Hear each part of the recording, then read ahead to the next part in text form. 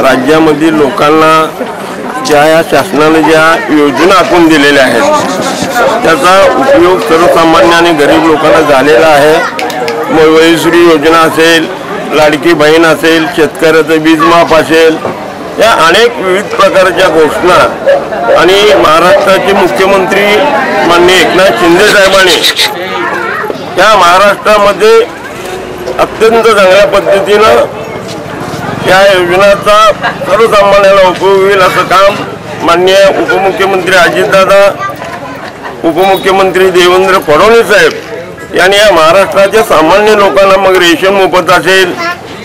आता आम्ही दुसरी योजना या 4 दिवसांमध्ये परत महिलांची आलेली आहे आम्ही सुरू करणार आहोत। या माध्यमातून इलेक्शन झालं काम संपलं असं होणार नाही।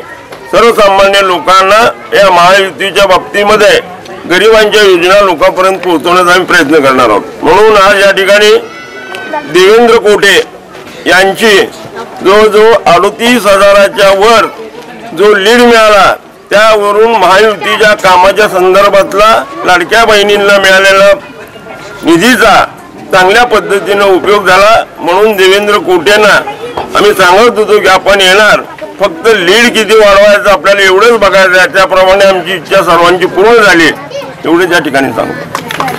दर्शन मराठी चॅनलला सबस्क्राइब करा, बेल बटनला क्लिक करा व लाईक करायला विसरू नका।